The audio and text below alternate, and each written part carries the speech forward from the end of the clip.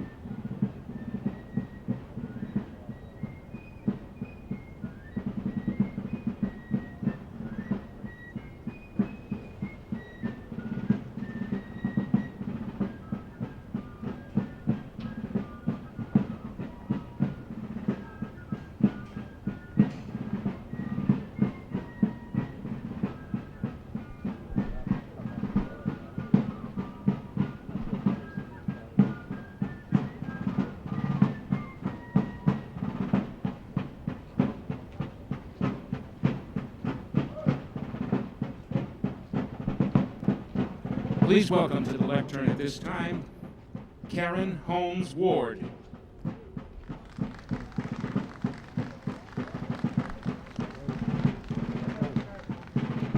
Ladies and gentlemen, please rise for the arrival of the colors and troops of the 54th Massachusetts Volunteer Infantry Regiment.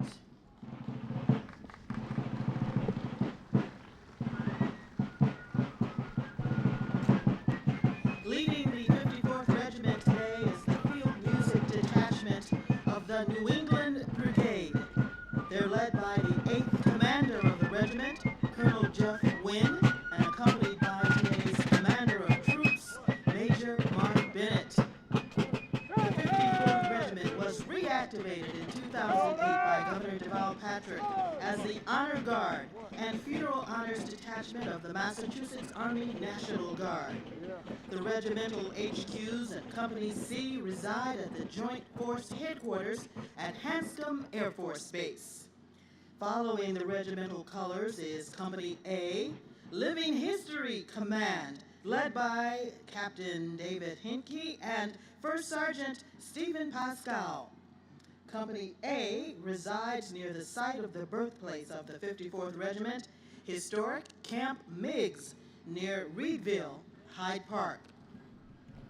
Company A is joined today by 10 members of Company B, 54th Massachusetts, who have traveled to be here today from their headquarters in Washington, D.C. Next in column are the currently serving soldiers of Company C, Honor Guard Command, led today by Captain Chris Pond. Company C is comprised of soldiers from various Army Guard commands across the Commonwealth and conducts thousands of military funerals each year. The 54th Regiment is supported today by numerous historical allies, represented by the officers and men of the New England Brigade and led by Colonel Tom Bryda and Sergeant Major Tom Beerley. The regiments represented here today include the 8th, the 15th, the 20th, the 28th Massachusetts Infantry, the 1st Massachusetts Cavalry, the 6th Hampshire, and the 8th Connecticut Infantry. Also supporting today are members of the Shaw 54th Regiment Camp and other camps of the Sons of Union Veterans.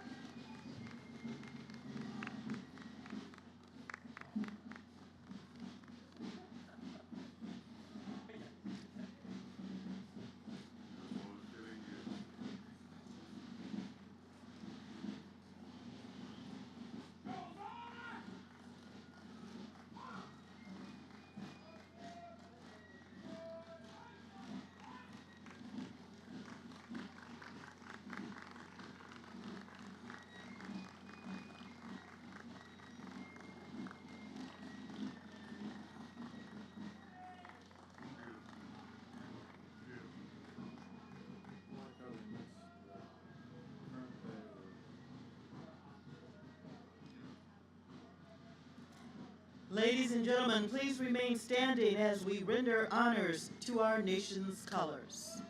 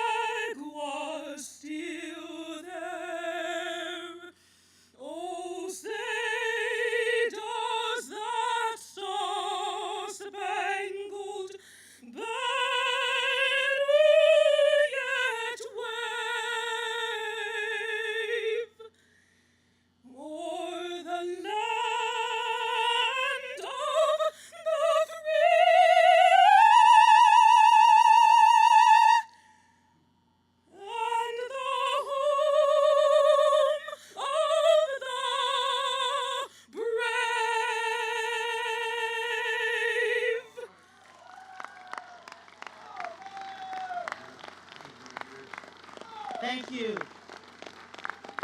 Thank you. Thank you for that beautiful rendition of our national anthem.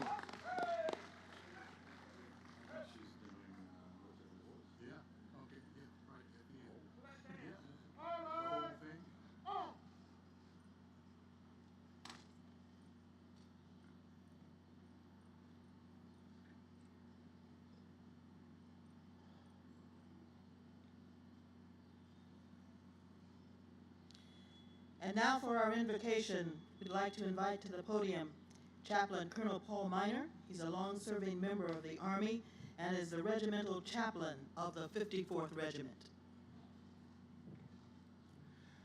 If there are one or two who are so moved, please join me in prayer. God, our hearts are filled with pride and gratitude as we consider the faithful and honorable service of the 54th Massachusetts during a time that divided our nation. We thank you for those who said, "Here I am, send me." We thank you for the leadership of Colonel Shaw. We thank you that their story is part of our American story, grounded in those words that we are created by you equal, and that you have given us rights that no one can take away. We thank you for putting it in the hearts of this Commonwealth to commemorate their legacy and service with this incredible memorial right across the street from the State House in 1897, a year after Plessy versus Ferguson. Thank you that that American story prevails. And so we ask, oh God, that you be present with us as we rededicate this memorial on this day. May we continue to write good and honorable chapters, building on all that's gone before, the best of who we are and who we aspire to be. And as we go forth today, may we have an abiding sense of your presence with us as we pause to give you praise and honor and glory, as is most justly due your holy name, this day and always. Amen.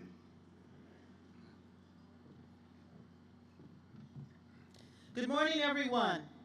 Good morning. What better way to kick off the National Rededication Ceremony for the Robert Gould Shaw and the 54th Massachusetts Regiment Memorial? Did you enjoy that amazing military processional?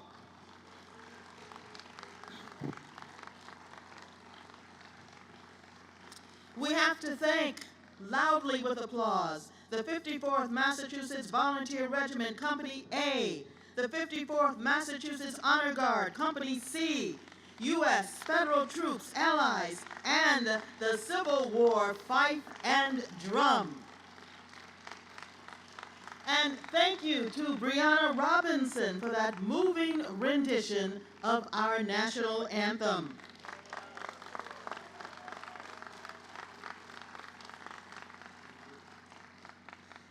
Ladies and gentlemen, my name is Karen Holmes Ward. I'm the Director of Public Affairs at WCVB Channel 5, and I'm honored to MC the National Rededication Ceremony for the Shaw 54th Regiment Memorial, a tribute to the first Black Civil War troops from the Northeast.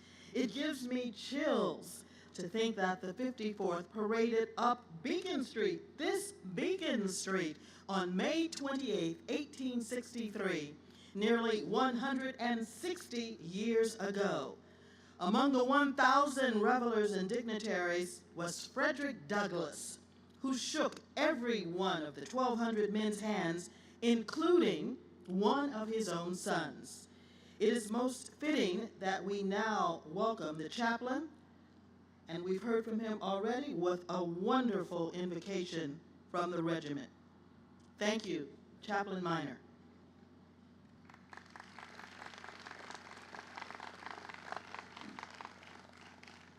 Many of you may not know that this national rededication is very important. It's one of the 10 monuments that changed America. That's what this monument has been called. We have amazing presenters and gracious hosts, the partnership to renew the Shaw 54th Memorial. Since the monument's 1897 unveiling, it has been a beacon of hope and a rallying point for conversations about race, justice, and human rights.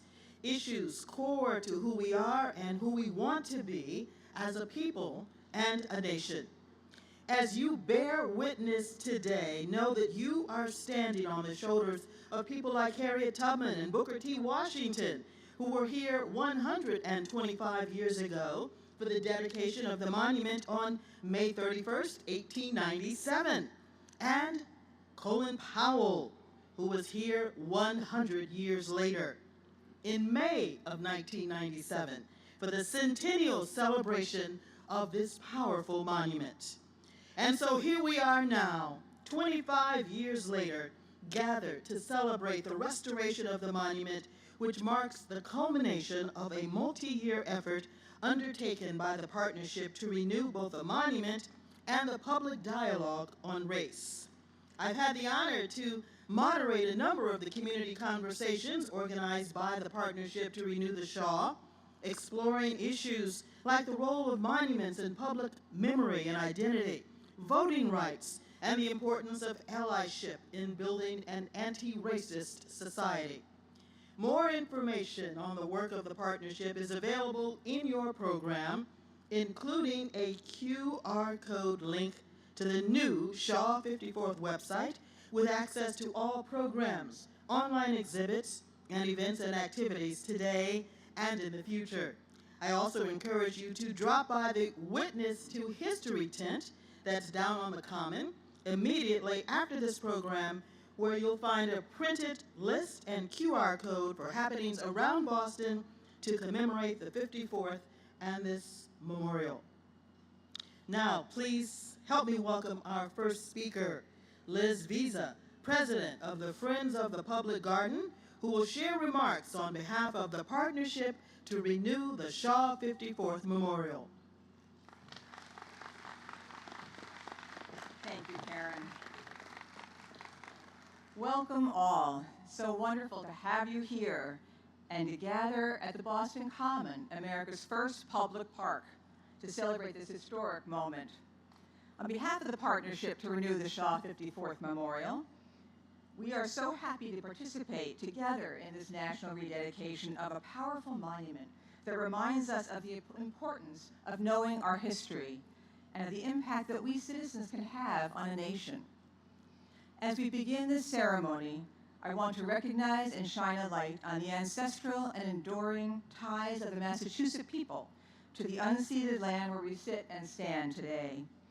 When we talk about the formation of this nation, we must recognize at what cost it has been to the Native American, to the enslaved African, and that to work towards social justice today, we must tell these truths and fully own their continued impact on how things are today, on the reality of today, in order that we can shape the tomorrow that we want to have.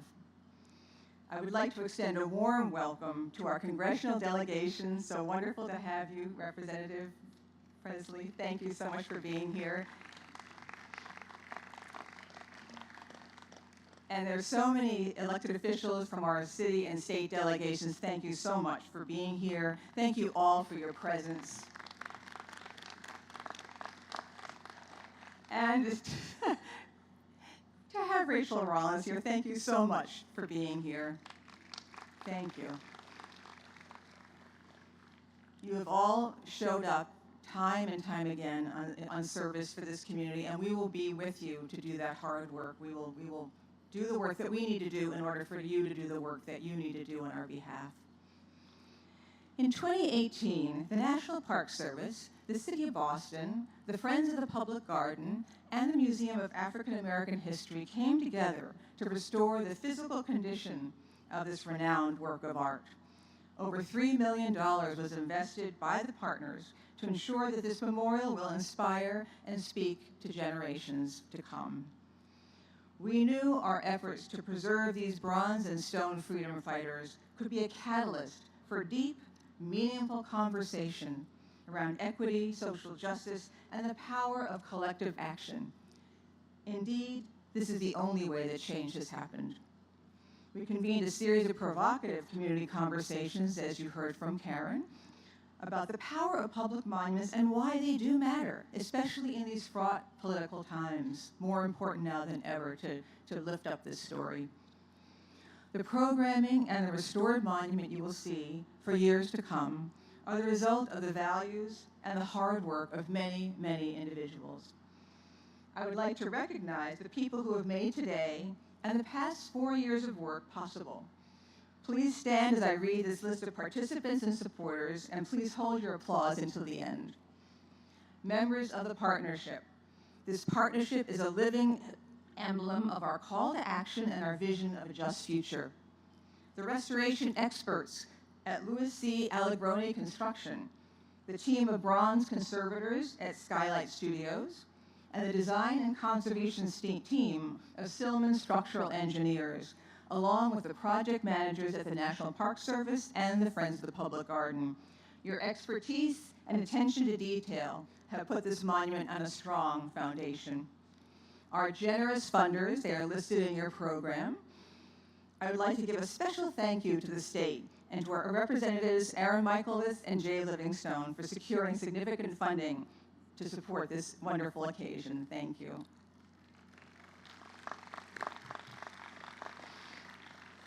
A few more. Our amazing staff support teams at the city, the National Park Service, the Friends, and the museum. Our many wonderful project consultants, event planners, community consultants, communications and interpretive professionals. Your logistical prowess and creative skills have made so many significant moments possible.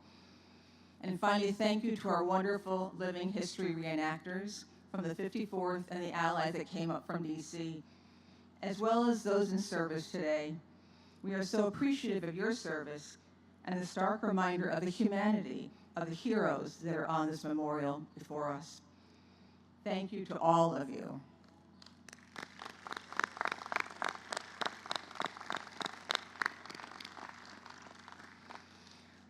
The commanding nature of public art is to speak to thousands of people daily, freely encountered in our public spaces. The men of the 54th are forever enshrined as bronze witnesses to history and a check to the halls of power across the street under the golden dome of the State House. As we face the tensions of the 21st century, it is more important than ever that we lift up their story and the many layers of stories of the people who shaped this country. We hope today's rededication of this memorial inspires each of you to draw strength from those who came before, shoring up the foundation of our shared histories, and forging the tools to strengthen civic action for all those who will come next. While the restoration work is complete, the work of the partnership is far from finished. As stewards of these places, it is our responsibility to reveal the narrative behind our park's historic monuments, help these silent stones speak, and continue the provocative community conversations we have had throughout this restoration time. To introduce Massachusetts Governor and co-chair of the Committee to Renew the Shaw 54th Memorial, Charlie Baker. He was unable to join us today, but he has recorded a special video message to mark this moment. Thank you. Good morning, everybody. This is Massachusetts Governor Charlie Baker. And unfortunately, I'm out of state today at a previously scheduled event, and I can't join you all in person to celebrate this momentous occasion and all that the Shaw 54 Regiment Memorial means to the Commonwealth and the nation. For the past 16 years that I've worked in state government, I've had the opportunity to look out my window and see the Shaw Memorial and to reflect on all it means for our Commonwealth and our nation. The memorial honors the brave heroes of the 54th Regiment, but it's also a tribute to the highest ideals of our Commonwealth and our country. The completion of this restoration project also comes at an important time in our history as our society continues to deal with and address systemic racism and the breakdown in many, many communities and across our country between and among people, especially those with different points of view. This milestone gives us a chance to reflect on the progress we've made in the spirit of the 54th Regiment, and it also gives us the opportunity to recommit ourselves to the values they fought for. We know that much of America's history and past is painful, and it's incumbent upon each of us, and especially those of us in public life, to leave our communities better than how we found them. The Shaw 54th Regiment Memorial pays tribute to Robert Gould Shaw and the 54th Regiment, who fought to make the principles of our Constitution and the Bill of Rights real for all Americans. It gives me great pride that such a significant monument in our shared history has its home right here in Massachusetts, looking out the window and just steps from the State House. I want to extend my heartfelt gratitude to everyone who made this restoration project possible. Your commitment to preserving the legacy of the 54th Regiment is very important to our Commonwealth, to the people who live here, and just as importantly, to the people who visit here. I can't tell you, back when that monument was up there, how many times I would see people gathered, carrying backpacks and wearing sweaters and sweatshirts from all over the country, in some cases all over the world, who paused there to read the memorial, look at the memorial, and reflect on what it stands for and what it means. And in many ways, I would hope it represents a standard that one way or another we can all find a way to deliver on. I want to congratulate everybody who made today's rededication possible. Again, I really wish I could be with you, but that just wasn't going to work. And I do want to wish you all the very best, not just today, but every day going forward. God bless.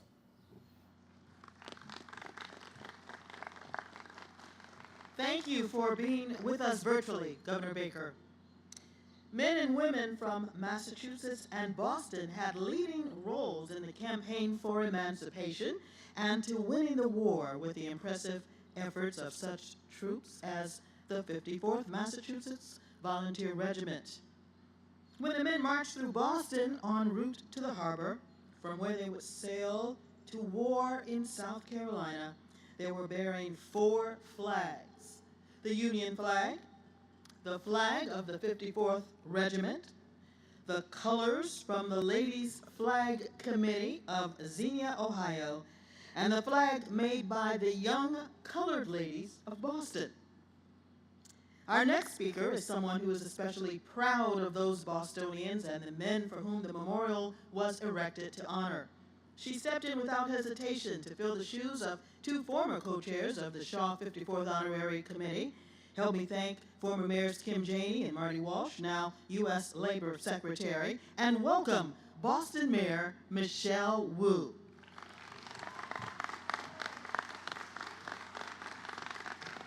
Thank you so much, Karen. Good morning, everyone. It is thrilling to look out on this incredible crowd and to be in a moment of time where the legacy of where we stand matters so much.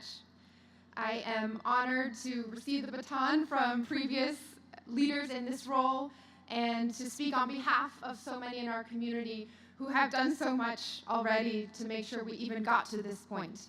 The many in Boston's history who fought bravely, who set the standard for Massachusetts and our Commonwealth being a leading light and beacon for centuries, and the many who worked to protect and preserve our legacy of these parks, the memorials and monuments that celebrate what has happened and remind us of the work yet to come, and also who keep pushing to make sure that the names, the places, the memorials continue to better reflect the full story of our Commonwealth and our city. So I'm going to get in trouble. I'm going to name a few of the elected officials that I see here because it is important to celebrate those who have been part of this work, and I'm so honored to serve alongside. You have heard reference already to our incredible Congresswoman and our U.S. Attorney. Thank you so much for your leadership. Our District Attorney is here as well. I want to thank, I know there are many members of the legislature here, steps outside of work to be here. I'll recognize some from Boston, who I see here. Chair Michael Witz, Representative Livingstone. I saw Representative Russell Holmes, John Santiago, Kevin Honan, Danny Ryan, Rob Consalvo here. I'm sure I'm missing some. And city councilors, our City Council President Ed Flynn is here. Councilors at large, Julia Mejia, Ruthie Louis-Jean, Michael Flaherty, Aaron Murphy. I also saw Councilor Brian Worrell, Councilor Ricardo Arroyo, Councilor Kenzie Bach, and I believe Councilor Tanya Fernandez-Anderson might be here as well. Thank you to our city teams who have been working so hard on this. Our Chief, Reverend Mariama White-Hammond, and your entire team, our Parks Commissioner Ryan Woods, Chief of Equity, Maria Angelisa Luis Cervera, and so many. And so many of our community leaders here too. We were celebrating just a few hours ago Miss Lillian O'Neill, veteran of Korea and representing so many in our community with your leadership. Thank you for all that you do in our community. Leaders like Byron Rushing, Frida Garcia, Barry Gaither, who have laid the foundation for us, NAACP President Tanisha Sullivan, Pastor Willie Bodrick of 12th Baptist, his historic 12th Baptist Church, Lee Pelton from the Boston Foundation, and someone else who is very important to this whole area and the legacy that we're building, Director of King Boston, Amari Paris Jeffries, where we look forward to connecting this line with the embrace. Okay, and I apologize to everyone else who's here who I didn't see or get to recognize. I'll keep my remarks brief. Just a little bit ago, we celebrated and honored the bravery and sacrifice of so many coming from our communities on Memorial Day. Veterans Commissioner Rob Santiago and I crisscrossed the city and worked to ensure that on that day, we would particularly commemorate what Boston does every day, is reflect on the legacy that we're stepping into. This memorial, first dedicated 125 years ago, does that same, commemorates and reminds us of the legacy that is in front of us. It's a powerful reminder of the profound impact of solidarity and what it looks like to lead in the face of injustice. To take a stand against wrongs, we want to be a part of making right. As we all know, the 54th was the first all-black regiment in the Northeast. During the Civil War, Colonel Robert Gould Shaw and the 54th fought valiantly to preserve our Union and strive for the values we hold so dear: liberty, justice, equality for all. Shaw, commander who didn't just hang back and give orders but led the charge alongside troops, was killed in an assault on Fort Wagner in Charleston, South Carolina. It was a brutal battle in which the 54th lost half of their men. Their courage and devotion to the cause of liberty for all was an inspiration and a rallying cry for Union forces and our soldiers across the country. Today, this memorial is an important reminder that the work of justice cannot, must not fall only upon those who suffer most directly under injustices. It is a reminder of what all art at its best can do to inspire us, call us to be better versions of ourselves in service of our communities. And we will deepen this legacy of the common, of this memorial, with the embrace, which will commemorate Ms. Coretta Scott King and the Reverend Dr. Martin Luther King Jr. Already broken ground and coming in the next couple months, connected to much more than just the memorials and the art, public art that will be here, but investment, focus, policy work, and action to continue tackling injustices every day. And so I'm grateful on behalf of the entire city of Boston for everyone who has put in the work to get us here, for the history that we represent today, and the history that we will continue to make in our city. Thank you.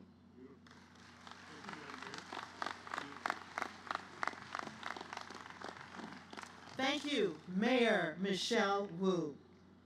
While the fight for equality continues, it is equally important to normalize culture, Black culture and art in America, which our poet does quite well. Sarah Nina Loveth Nuafor is a queer Igbo poet, educator, and facilitator, currently based in Boston. Sarah is a National Collegiate Poetry Slam champion and author of the poetry collection Already Knew You Were Coming, published with Game Over Books. Thank you, Sarah, for stepping in for our Youth Poet Laureate who couldn't be here with us today.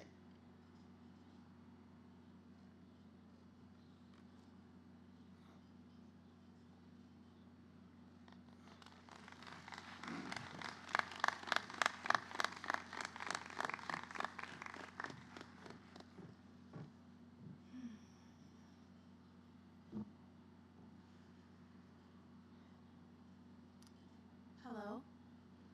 Hi. My name is Sarah Nana Loveth Mwafor. And before I begin, I want to say that it is an honor to be here in this moment. It is an honor to be held by the earth underneath our feet.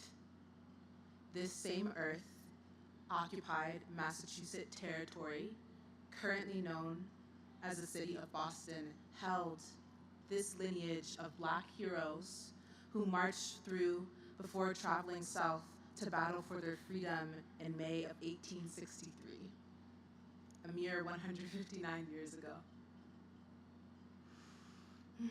I am so grateful to walk on the reverberation of their lineage. The poem I'm about to read speaks to a West African understanding of time, how it is tracked in sensorial ways. I see this mirrored throughout the diaspora, and it feels fitting to speak on this today. Teacher of Igbo cosmology, Derek Oforenwa, said to me that Igbo people see time as a cosmos or a circle. This, to me, means that a division between past, present, and future is a false one. The reality of time in an African understanding is that what has happened is still happening at the same moment as this one. In this moment, that we honor the legacy of the 54th All-Black Regiment, we evoke their spirits.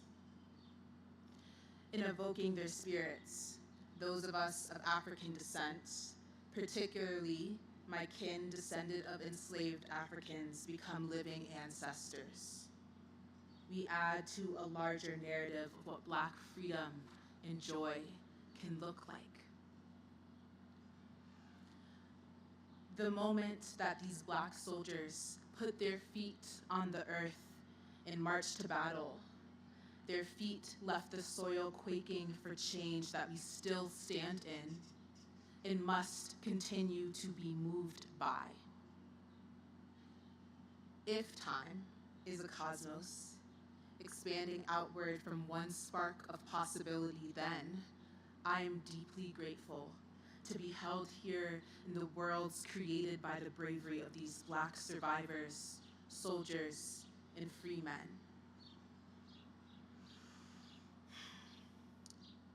With reverence, gratitude, and joy, I share this poem with you now. Thank you.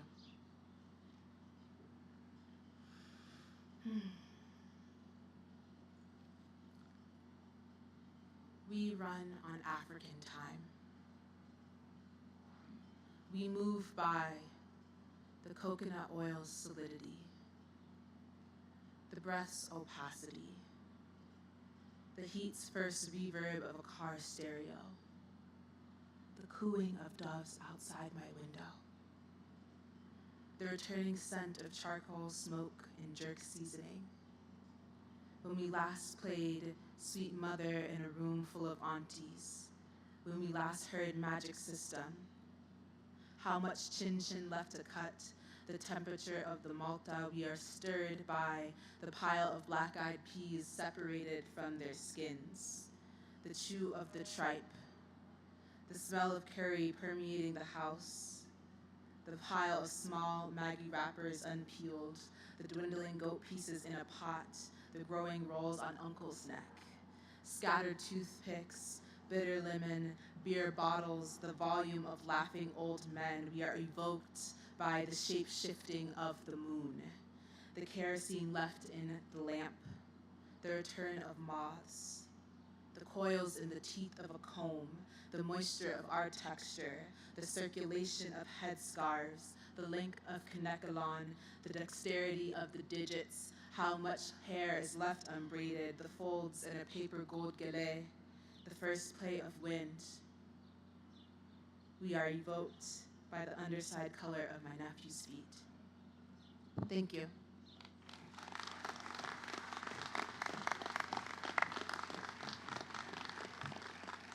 Thank you very much, Sarah. Once President Lincoln began organizing Black regiments from the North, efforts fell short when Black activists realized that there was no provision for black officers. The men, both free and escaped from slavery, were recruited from as far as Haiti and Canada, and from states including Ohio and Pennsylvania, all wanting to serve.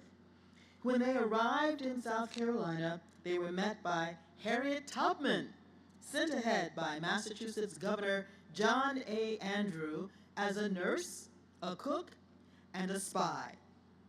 After the battle at Fort Wagner, she helped heal the wounded and bury the dead.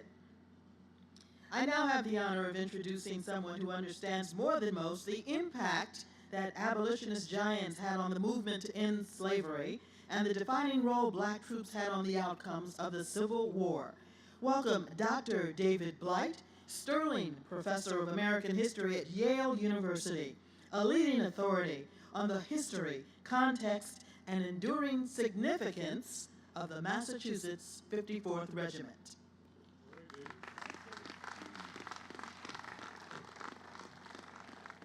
Thank you, ma'am. Don't worry, they're letting the historians in now. We're on a clock, and the soldiers are standing. Don't worry, guys.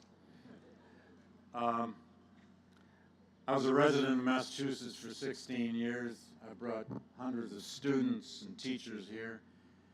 It's so wonderful to be able to speak in front of this glorious monument without the buses out here. It was about 7:45 p.m. in the evening, July 18, 1863. General Quincy Gilmore had prepared 10 regiments for the attack on Fort Wagner.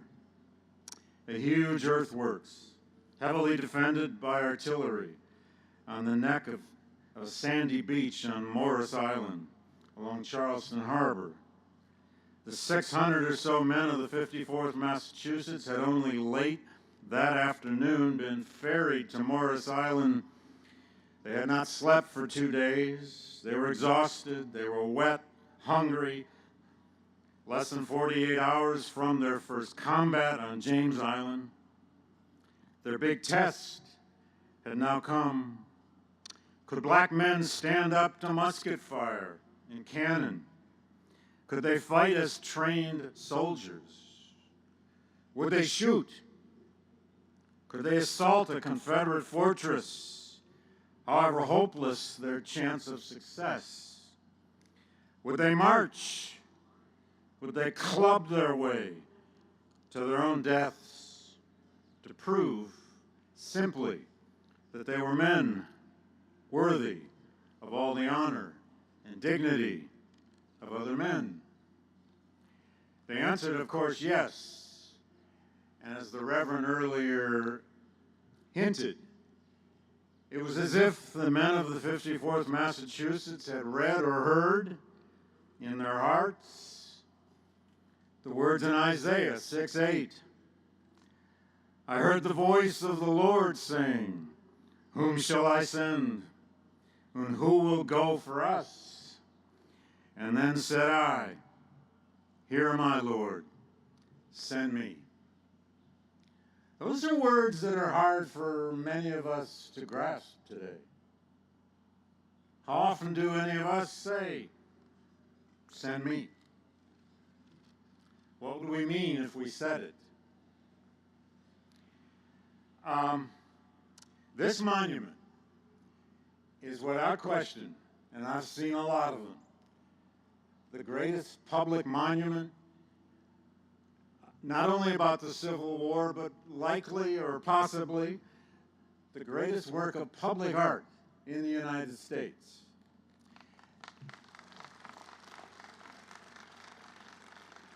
There are poems and songs inspired by the Lincoln Memorial and by other great memorials, but no memorial has inspired as much poetry, symphonies, other kinds of ballads, and speeches as this monument. We are here for two central reasons. It's not only the 125th anniversary of this fantastic masterpiece by Augustus St. Gaudens, But we're here because it is a great work of art. And we're here because of the story it tells. This masterpiece, as many of you know, took years and years to create. The commission here in Boston almost gave up on St. Gaudens. He had the worst time trying to master that angel on top. And they almost cut him off. In fact, they did. He just kept working on it up in Cornish. Now, the inscription beneath that angel, which is usually the part of the monument people either don't grasp, don't understand. It's in Latin. What 10-year-old's going to come up here and read the Latin? But of course it reads, Omnia relinquit servare rem publicam. It translates, he gave up everything to serve the Republic. And Robert Lowell's magnificent poem for the Union Dead,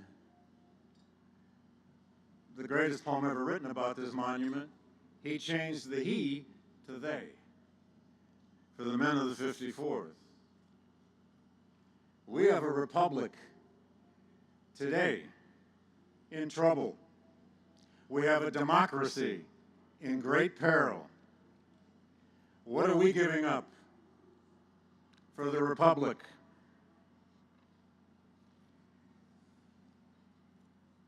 Some 15 years after Battery Wagner, Frederick Douglass gave a Memorial Day speech in New York City.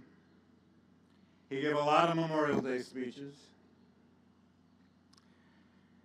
In that speech he gave in New York, he said, this was 1878,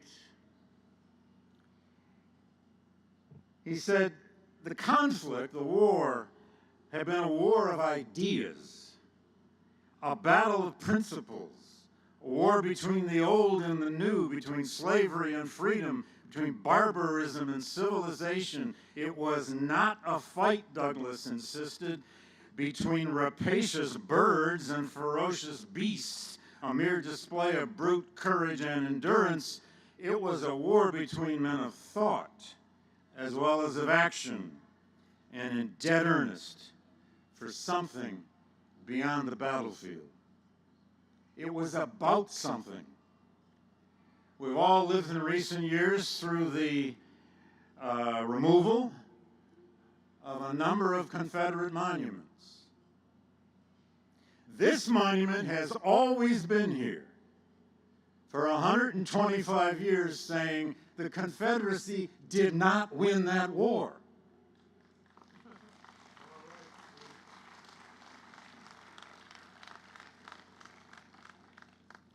As a last thought, before you leave today, walk up here, stand near it. Get inside of those faces that St. Gaudens captured. He made 40 heads of black men that he recruited out of train stations in Boston and New York. At least 16 of them appear on the monument. Go stand right up there with them, and then back away a little bit and feel the movement of this monument. Feel the movement of the men's legs. Hear their feet on the pavement as they march.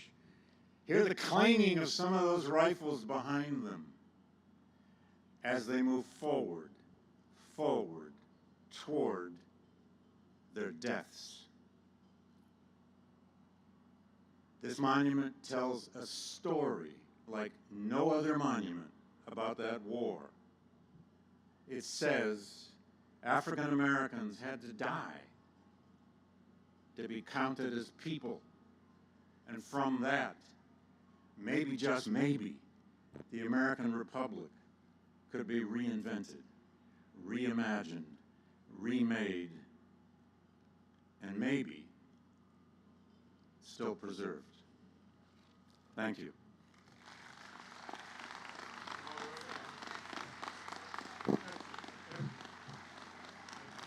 Thank you, David.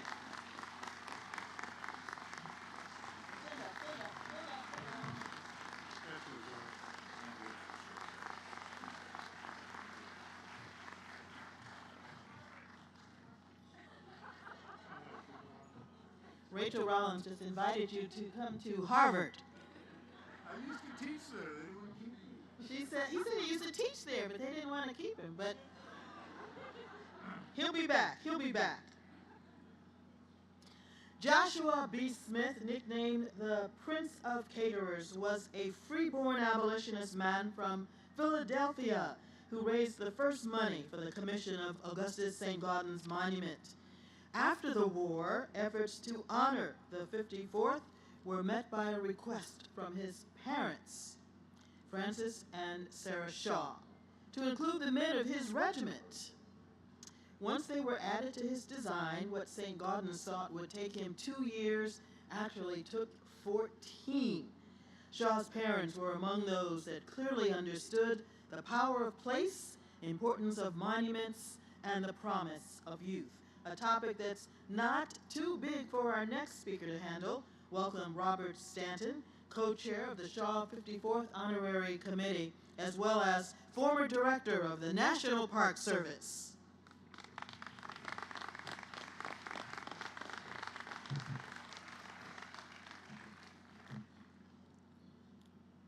To members of the Reverend Clergy, the Honorable Mayor of Boston, Mayor Gould, the Honorable elected officials, distinguished guests, ladies and gentlemen. I am privileged, I'm honored to have the opportunity to join with you at this very special place for this very special occasion. Allow me at the outset to applaud the partnership that has made today's ceremony possible and the renovation of this magnificent memorial. They exemplify what can be done when people care about the preservation of our rich and diverse cultural heritage. I also ask on this occasion that you join with me in the spirit of observation and an observance that we pause to celebrate on Monday, Memorial Day. For it has been said, let gratitude be a part of your every thought and action. So on Memorial Day, we did pause to show our utmost gratitude for the 1.3 million African Americans joining with others, joining with all races, people of all backgrounds, totaling 1.3 million, who gave their last measure of full devotion to our nation. And of that 1.3, roughly 600,000, almost half, lost their lives or missing in action in the most defining period in our collective history, the U.S. Civil War. Let us continue to show our gratitude for the 1.3 million Americans who gave their last full measure of devotion. In that spirit, I would ask you to applaud me today in recognizing the contribution and many the sacrifices of our veterans, men who are here with us today, and to the men and women who are active duty in military service to our nation. Join me in applauding them for their contribution.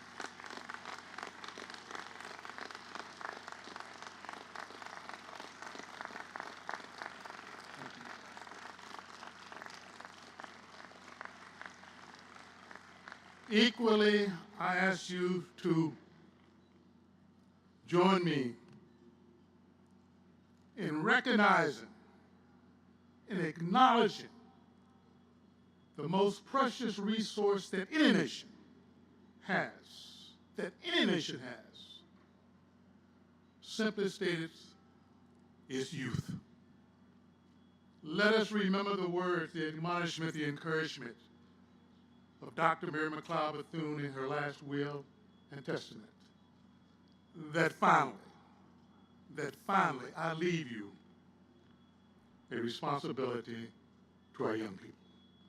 We must never, never discourage our young people of seeking a better world in which we have left them. They should always be encouraged and always be encouraged to build a better world. Some of our youth are with us this morning, this afternoon for this occasion. Let us applaud them. Let us applaud them.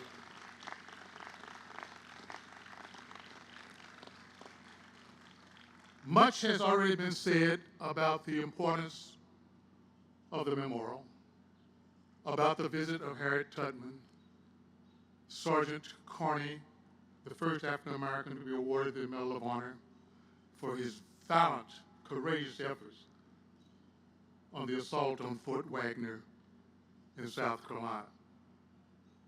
So I will not attempt to repeat that.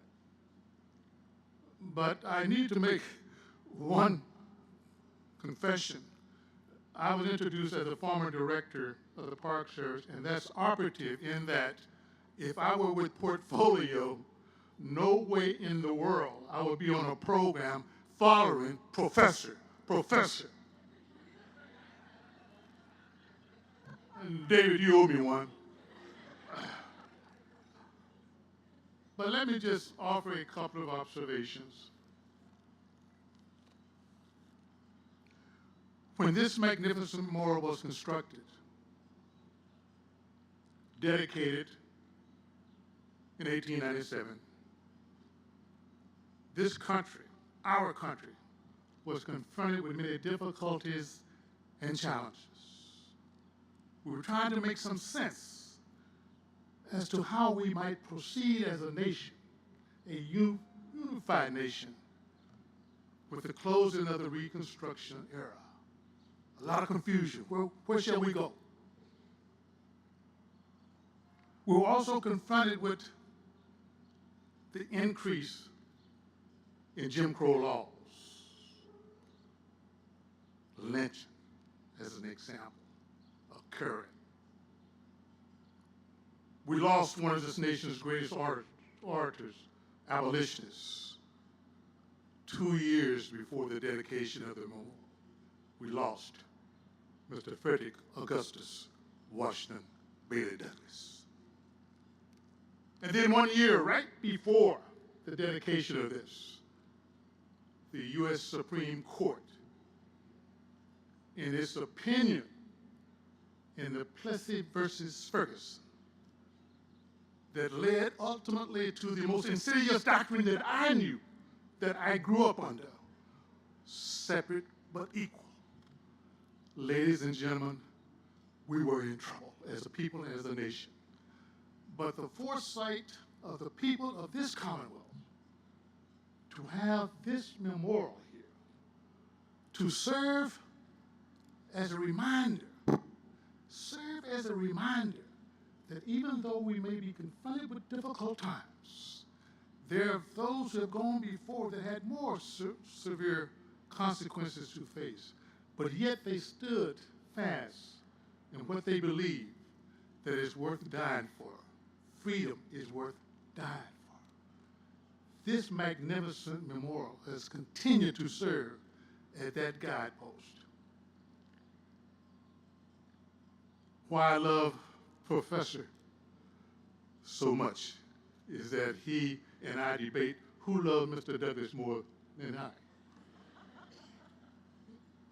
In 1857, 6 years before the Emancipation Proclamation, Mr. Douglas became very, very agitated. He pressed President Lincoln, do something now. And Mr. Douglas, in a speech in 1857, said that, let me give you a word on the philosophy of social reform, that all progress is born of earnest struggle. Those who profess freedom and deprecate agitation are those who want crops without plowing up the ground. They want rain without the mighty roar of the thunder and lightning. So you see, my friends, as Mr. Douglas would admonish, would encourage us, where there is no struggle, there is no progress. This memorial reminds us, that we have to stay in the struggle for justice, freedom, dignity for all. Let me close and again applauding all who have made this memorial possible and today possible. That we are a nation of 330 million citizens. We have national parks as an example throughout the 50 states, American Samoa, Guam, Puerto Rico, and the Virgin Islands, representing our rich, diverse, and cultural heritage. But when all said and done, the importance of these resources, the importance of the Shaw 54th Memorial, is to recognize that education is the prime mission of preserving our collective heritage. We must take into account new technologies and ways of learning of unheard methods and procedures a generation ago. We must bear in mind that our youth have access to more information than ever before, and in ways yet imagined in terms of how they'll go about learning. In the age of growing cultural diversity, we must ask ourselves whether the ways in which we preserve our past and tell it many stories are meaningful to all our young people, indeed to all our citizens, 330 million citizens. We tell this through certain programs as exemplified today, the Underground Railroad Network to Freedom, of which many of the members of the 54th escaped to found their freedom.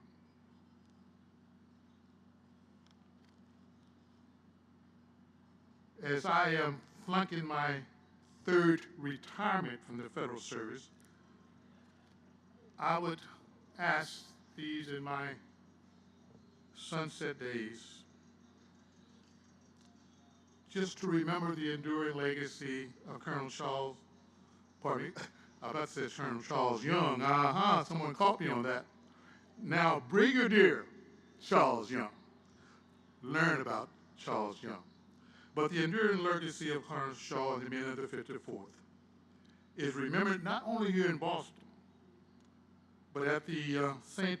Gaudens National Historic Site, the New Bedford-Whalen National Historical Park, Harriet Tubman National Historic Park, Frederick Douglass National Historic Site, the Civil War Memorial in Washington, D.C., located in the Shaw community, the National Gallery of Art, the Smithsonian National Museum of African American history and culture, the Reconstruction Era National Historical Park in South Carolina, and more recently, at the newly completed and opened U.S. Army National Museum. I would encourage you to visit those areas to learn a little bit more in depth about the richness of Colonel Shaw and the Massachusetts 54th. I would close with this one hope.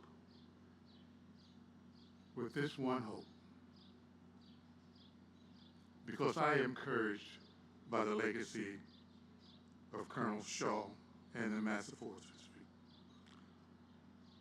That hope is that this memorial will continue to stand as a beacon of human endeavor, reminding us of our individual and collective responsibility to strive without hesitation or with doubt to achieve that which is set forth in the preamble of the United States Constitution, to form a more perfect union, establish justice, ensure domestic tranquility, provide for the common defense, promote the general welfare, and secure the blessings of liberty for ourselves and our posterity. It is my strong belief it is my strongly held hope that in the memory and utmost gratitude to Colonel Shaw and the Massachusetts 54th, whom we honor today, that we shall not, as a community and as a people, as a nation, do less than uphold the preamble of the Constitution of the United States. Go forth, my friends, continue to build upon the legacy of that which has been given to us. We cannot do less. We cannot do less. Thank you very much.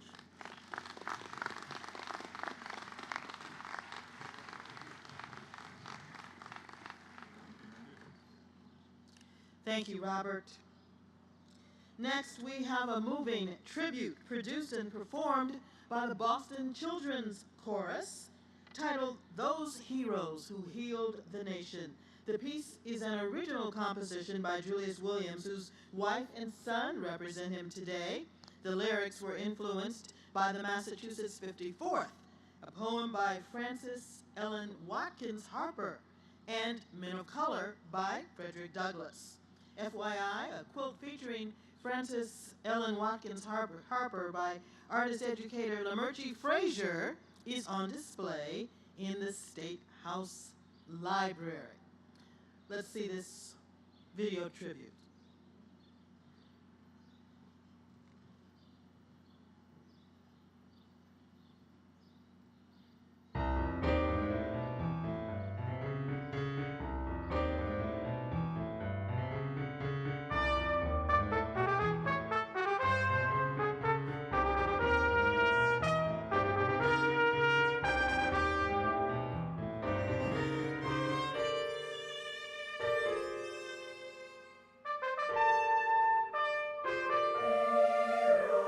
Those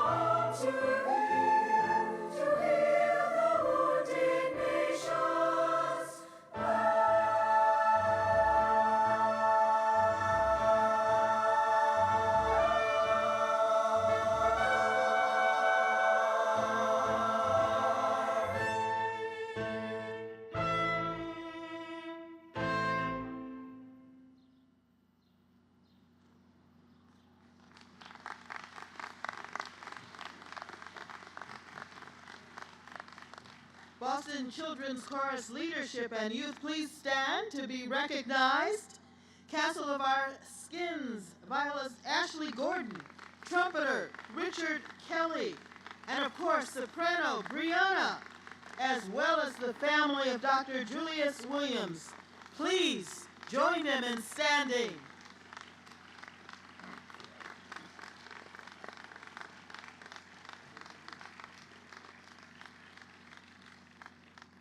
Of course, today we gather to commemorate the 54th Regiment, their colonel, and the memorial erected in tribute to them. It is the week of Memorial Day, so of course we also honor all of the heroes in the armed forces who have fallen in service to our nation, and we, of course, again thank them for their honorable service. We have the perfect person with us to speak to America's legacy of service, an unbroken chain of courage. Welcome, Lieutenant General Gary Brito, United States Army Deputy Chief of Staff.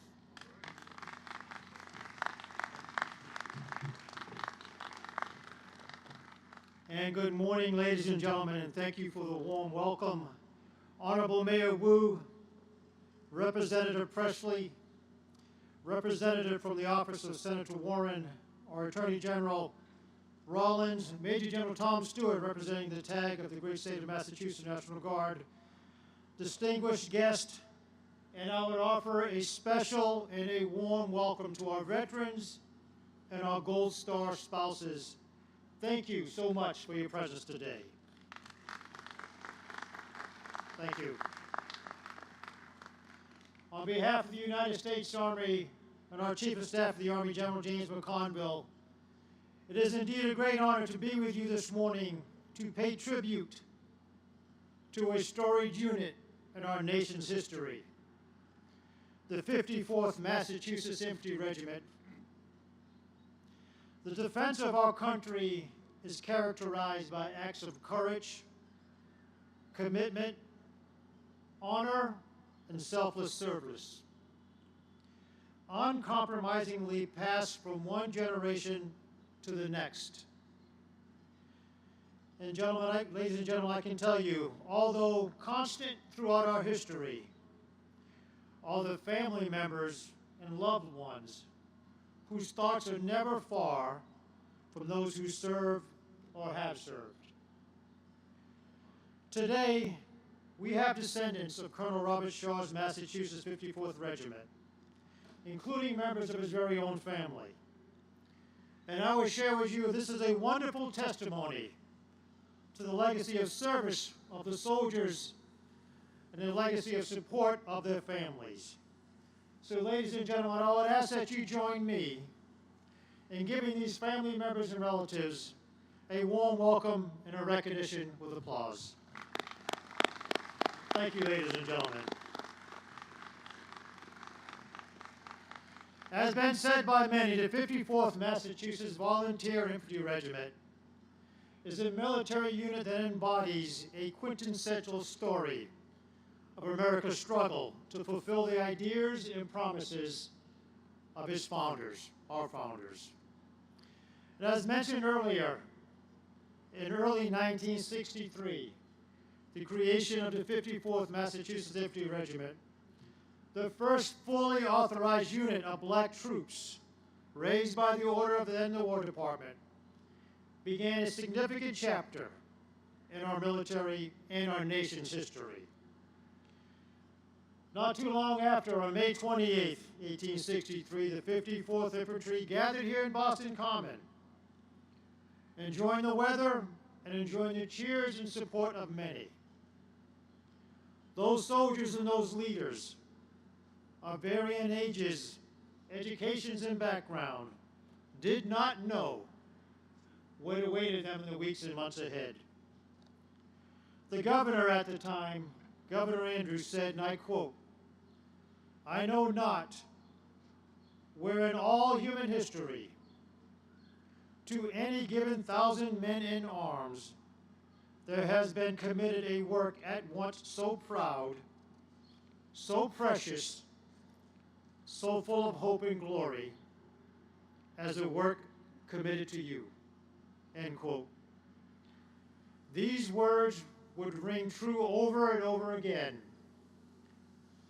As the soldiers and leaders of the 54th went on to make history, and I would offer speaks to the power of leadership, camaraderie, and support to a greater cause.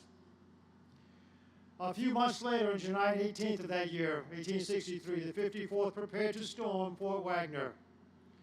And as I said previously, leading from the front was Colonel Robert Shaw, leading his soldiers to what would be a horrific day of combat.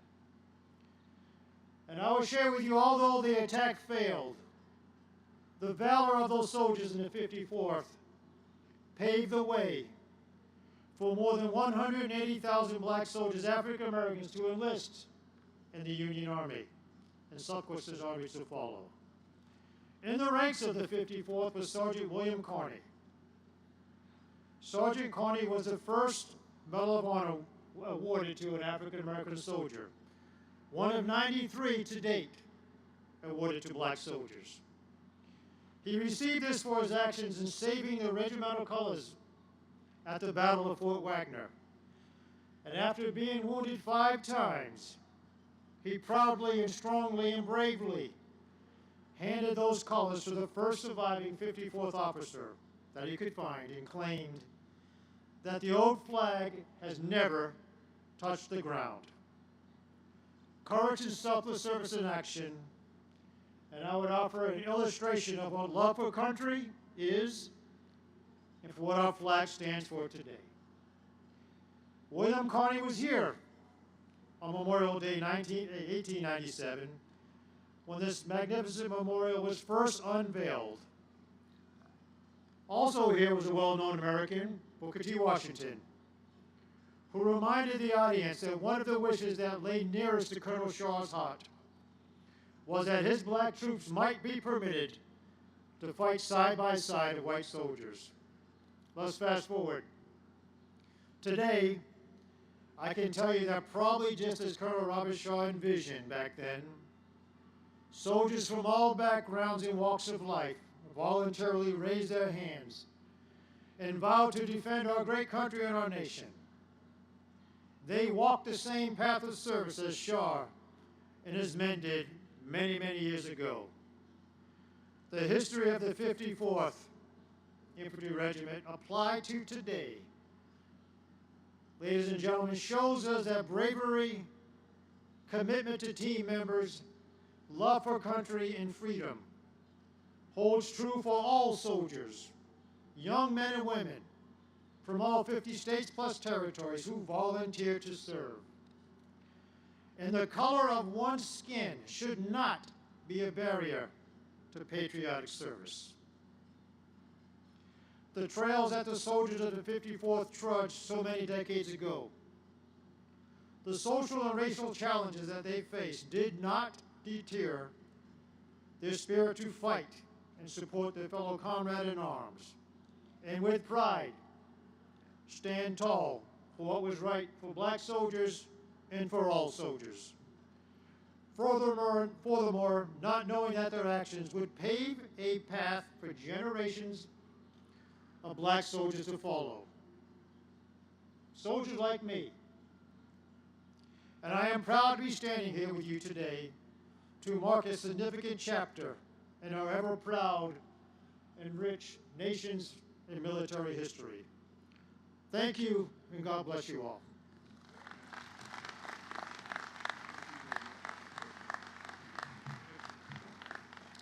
Thank you, Lieutenant General Brito. During that 1897 dedication, Booker T. Washington also said, "The memorial stands for effort, not victory complete." Dr. Ibram X. Kendi, director and founder of the Boston University Center for Anti-Racist Research, is one of America's foremost historians and leading anti-racist scholars. We're honored to have him here with us today as we take up the question of what this monument stands for and how it sets aside public calls for racial reckoning. Please join me in welcoming Dr. Ibram X. Kendi.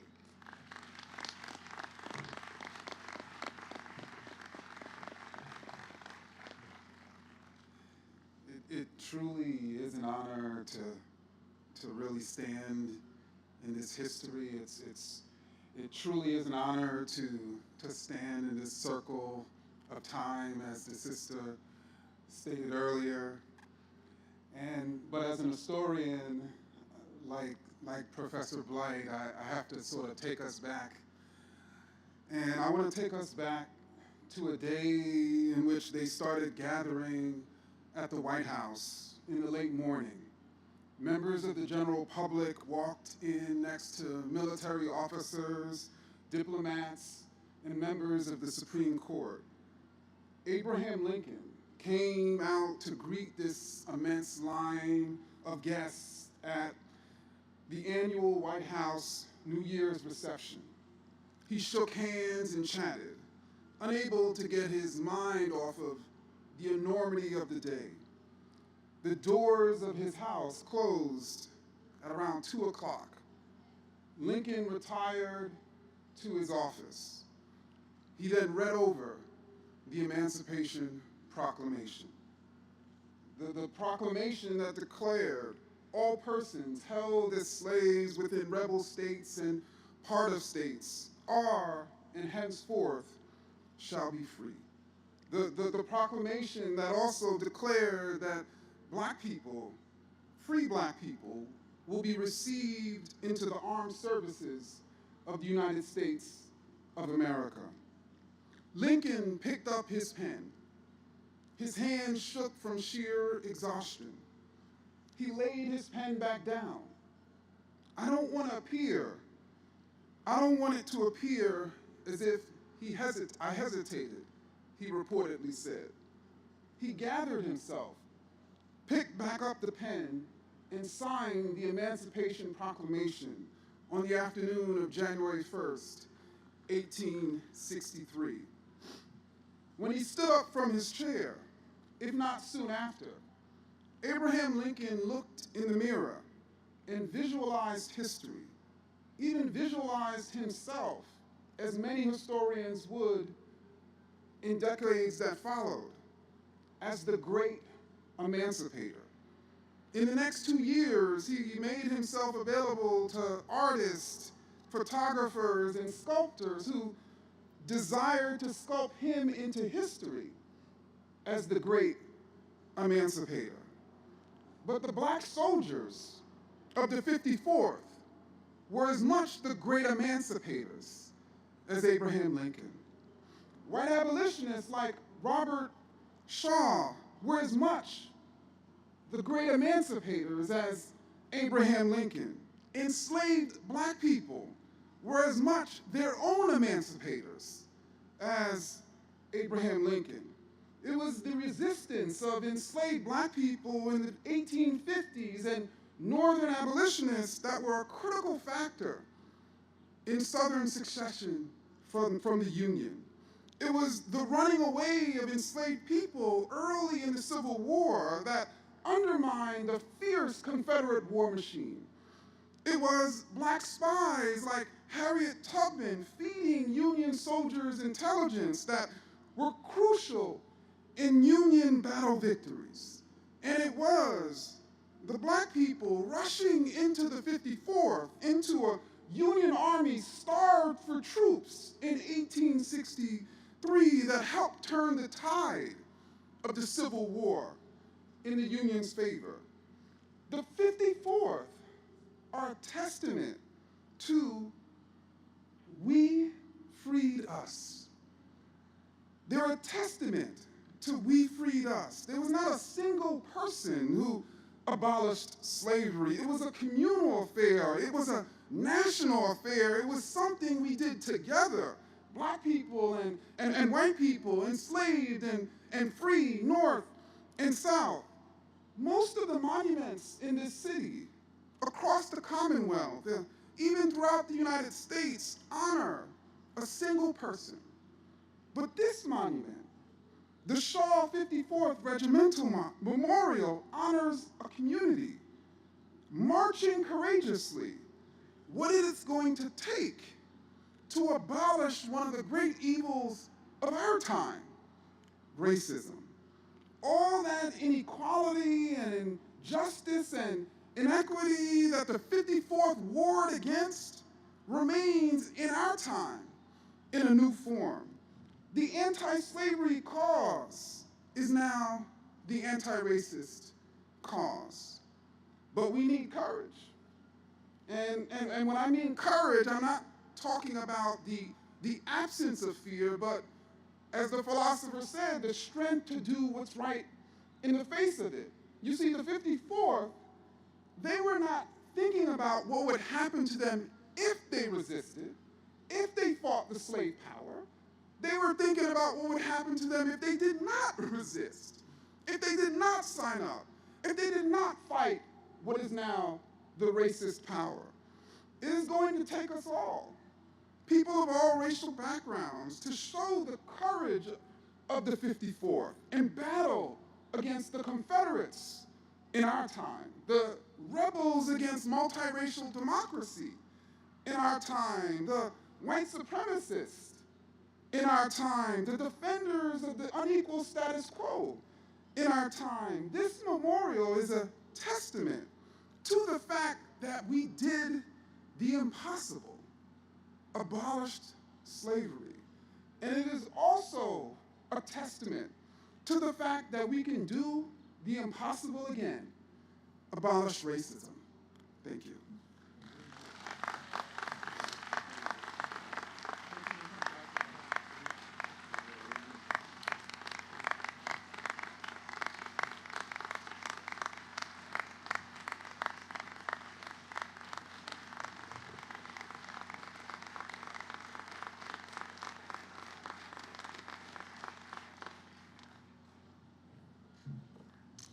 Thank you, Dr. Kendi. Boston's historic 12th Baptist Church was nicknamed the Fugitive Church, as many of its members were escaped from slavery. It spun off from the First African Baptist Church, whose congregants first worship in the historic African Meeting House, now the anchor of the Boston campus of the Museum of African American History on the north slope of Beacon Hill. To honor that history, we invite the pastor of 12th Baptist, Pastor Willie Bodrick II, for our benediction.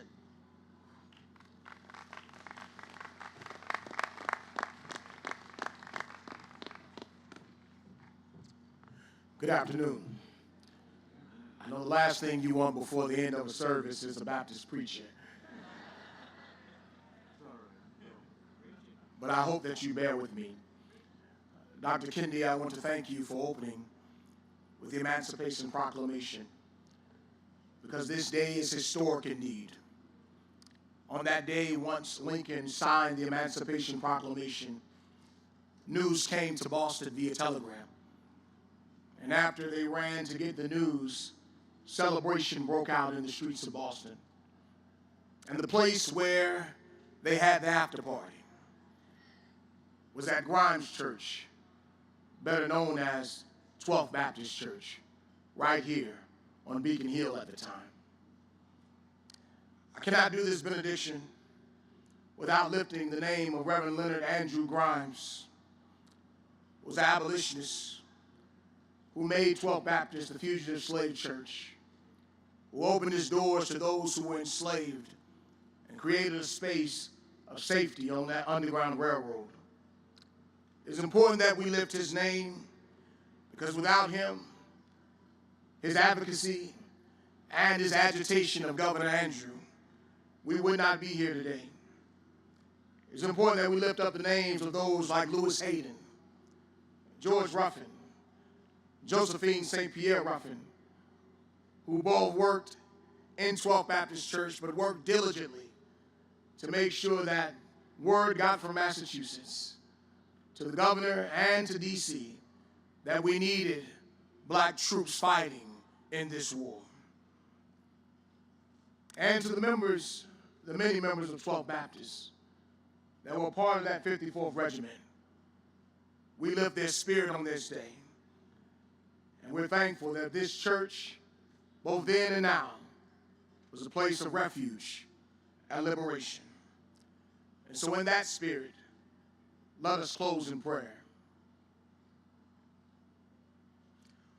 O God, our God in ages past, and our hope for years to come, our God of justice, peace, and liberation, we come to you on today thanking you for this opportunity, 125 years later, to commemorate the rededication of the Shaw 54th Massachusetts Regiment Memorial. It was Frederick Douglass, whose two sons enlisted in the 54th, that said, "Without struggle, there is no progress." And this memorial is a constant reminder that we must wrestle with the issues of our time, to manifest equity, to end all forms of racism, to affirm human dignity, to save our democracy, and to ensure the inalienable rights bestowed upon us by the divine. We come today remembering those brave souls that chose to fight for freedom and begin the work of deconstructing the racial and economically exploitative system of slavery with their blood, with their sweat, and with their tears, choosing to do justice, love mercy, and walk humbly before their God. We lift up those that were willing to die for the soul of this nation, and we pray that their legacies and their deaths will be honored by the work that we do in our time today. Lord, we pray that this public memorial is a reminder that we have come this far by faith, and we hope that we can continue in towards our overcoming, because we know it's been done before, and it can be done again. And if we are able to do that, then we can sing that Civil War Negro hymn. I can tell the world yes about this. I can tell the nation yes about this. So God of our weary years, God of our silent tears, thou who hast brought us thus far along the way, thou who is by thy might, lead us into the light and keep us forever in the path we pray. Let all who believe in justice say together, amen.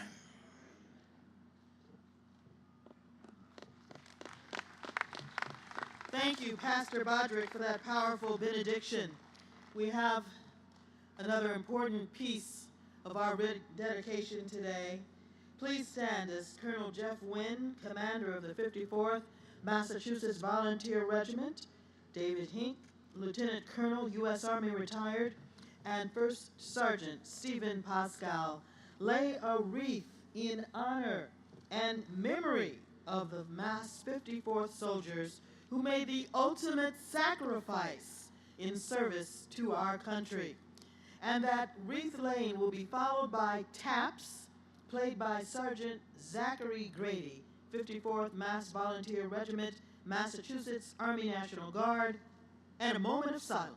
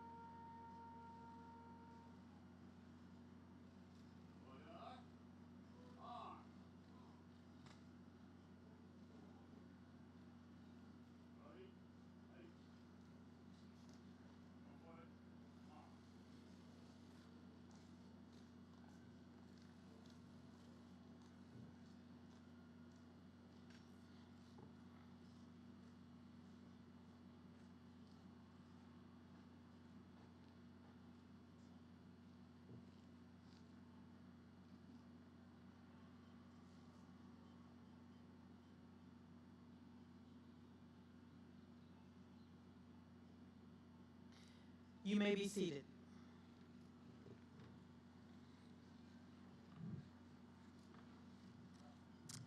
In the words of James Weldon Johnson, quote, "A group of young men in Jacksonville, Florida, arranged to celebrate Lincoln's birthday in 1900. My brother, J. Rosamond Johnson, and I decided to write a song to be sung at the exercises.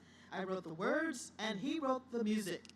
Our New York publisher, Edward B. Marks, made mimeographed copies for us, and the song was taught to and sung by a chorus of 500 colored school children. Shortly afterwards, my brother and I moved away from Jacksonville to New York, and the song passed out of our minds. But the school children of Jacksonville kept singing it. They went off to other schools and sang it. They became teachers and taught it to other children. Within 20 years, it was being sung all over the South and in some other parts of the country," unquote.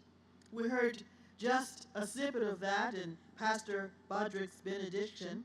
Today, the song, popularly known as the Negro National Hymn, will be sung by Boston Arts Academy alumni Latoria Boyd.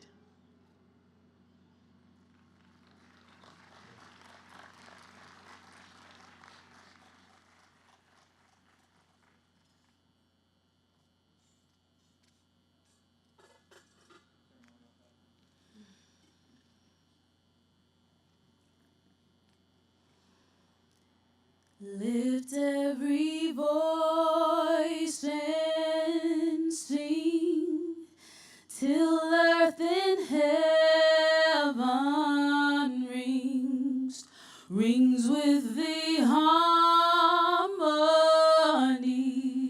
of liberty. Let the rejoicing rise high as the listening skies. Let it resound loud as the rolling sea. Sing a song full of the faith that the dark past has taught us. Sing a song full of the hope that the present has brought us. Facing the rising sun as our new day begun. Let us march on till victory is won.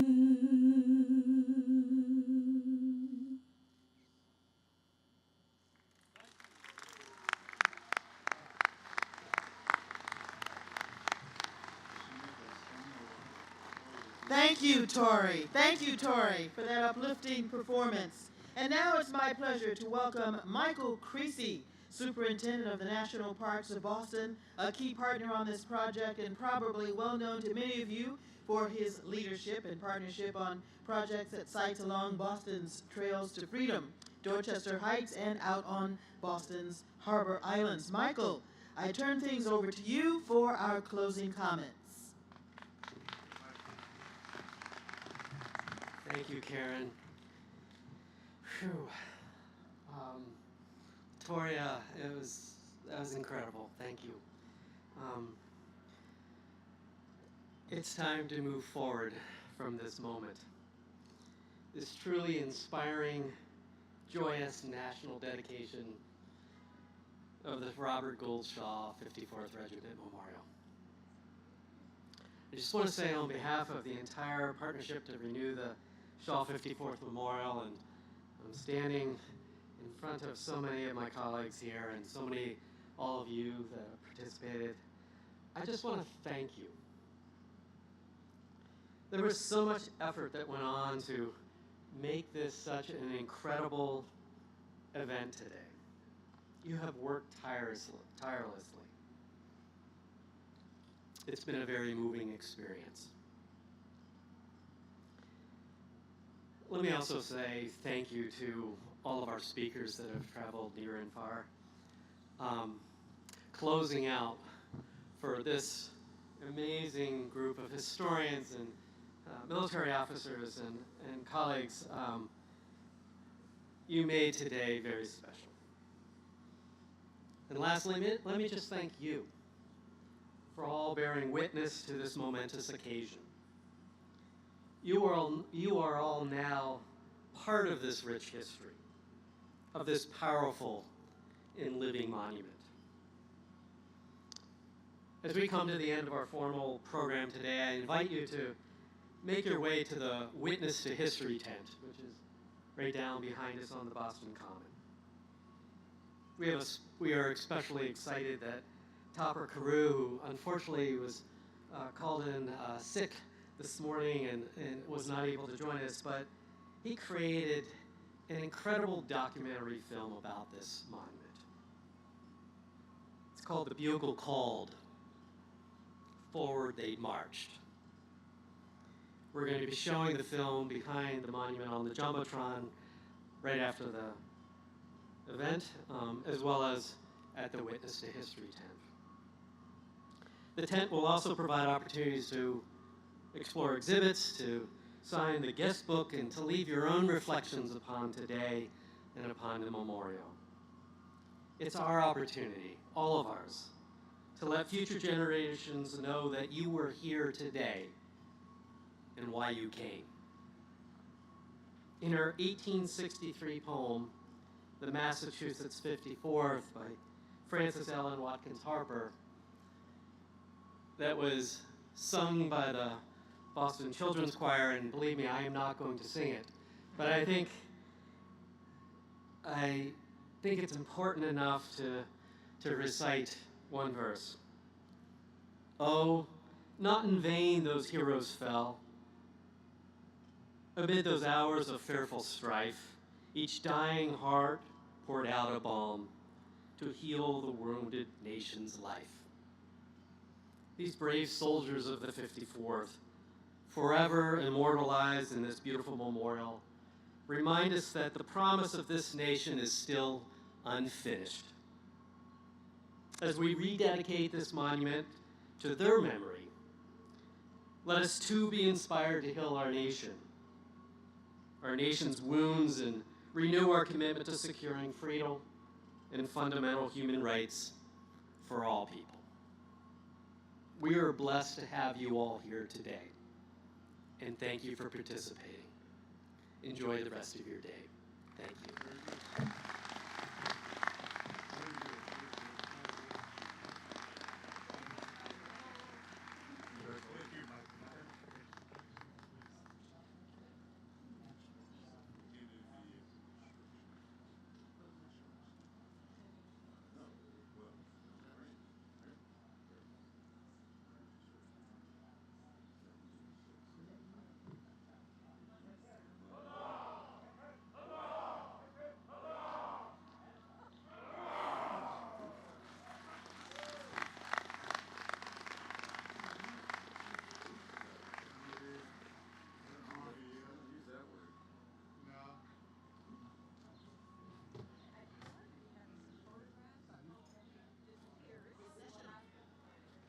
Have some